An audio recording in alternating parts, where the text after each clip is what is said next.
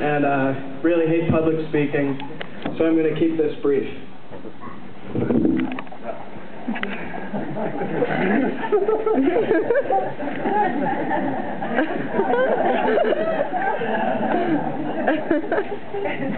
Okay. You know what? I'm a little bit more comfortable here. Come on.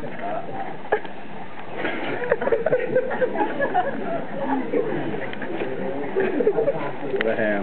What a ham.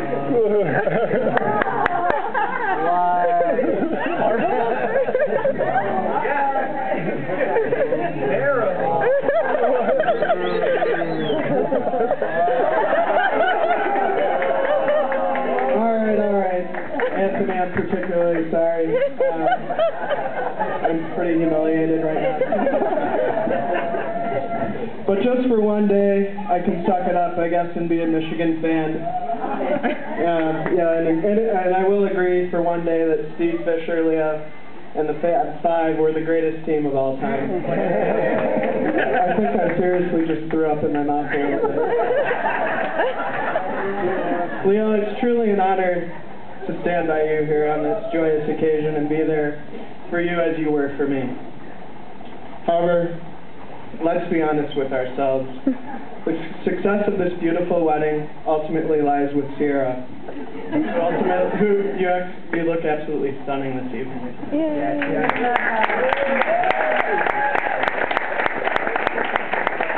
Sarah, thank you for sticking with my friend. I'm sure while you were planning the food and selecting the flowers, Leo was scoring game 2 of 3 between the Peoria Chiefs and the Pawtucket Red Sox. Sierra, all your hard work shows today. I'd also like to thank, on behalf of each and every one of the guests, Diane and Michael Henderson, and Linda and Rick Krause. Thank you for helping make the day possible, but most of all, thank you for producing 2 of the most genuine people that I know. You should all be very proud. Would you all please join me? I don't have a glass, but in a toast to the parents. I can't drink this together.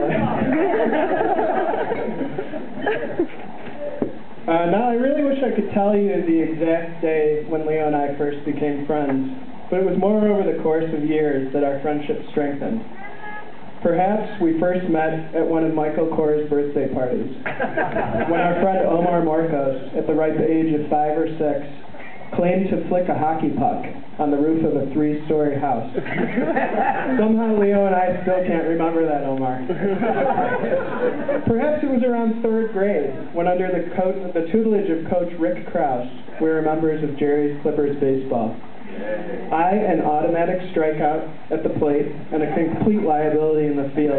Thank you for actually putting me in the game. And Leo, a soft-tossing left-handed pitcher who I really thought was headed for the major leagues one day. I seriously didn't. I later found out that he actually gave up more home runs that year than any other pitcher. It came to a shock.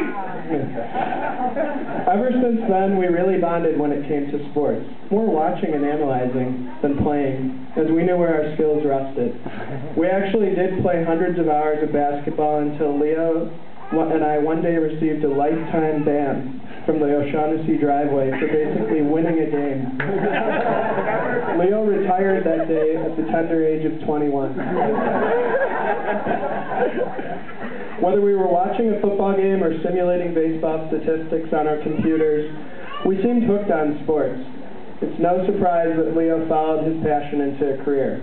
Just thank God he doesn't work for one of his favorite teams, such as the Michigan Wolverines, Georgetown Hoyas, or Buffalo Bills, or I would never hear the end of it. I see no need to mention at this time Chris Webber's infamous travel timeout, Freddie Brown's disastrous pass, or Scott Norwood's ill-fated kick. Was that wide right? But seriously, Leo and I, Omar, Dave, Fred, Jimmy, Devin, Scott, Kevin, Mario, and Jack, we all grew up together. People who look on the surface might think that Leo is an only child, but I truly believe that he has at least 10 brothers. Very few people are as blessed as we are to have such a core group of friends who are genuinely all great guys, and at the heart of that group is Leo. A friend who you can always count on to be there, Leo is truly one of the nicest guys I know. As your friends, we would like to congratulate you, and I haven't had a chance to talk to you all, but I think you'll know. We'd like to congratulate you with an official Leo clap.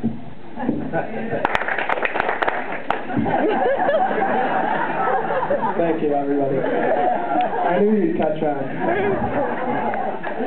Sierra, I have to say I'm actually shocked that we're here tonight because, as you know, Leo is a private guy and hid you from us all for months. I sometimes think that Leo should move out to Hollywood and become a consultant to stars like Brad Pitt and Angelina Jolie on how to stay under the radar. I never thought that the day would come where Leo would meet his match when it came to sports, but he has in you.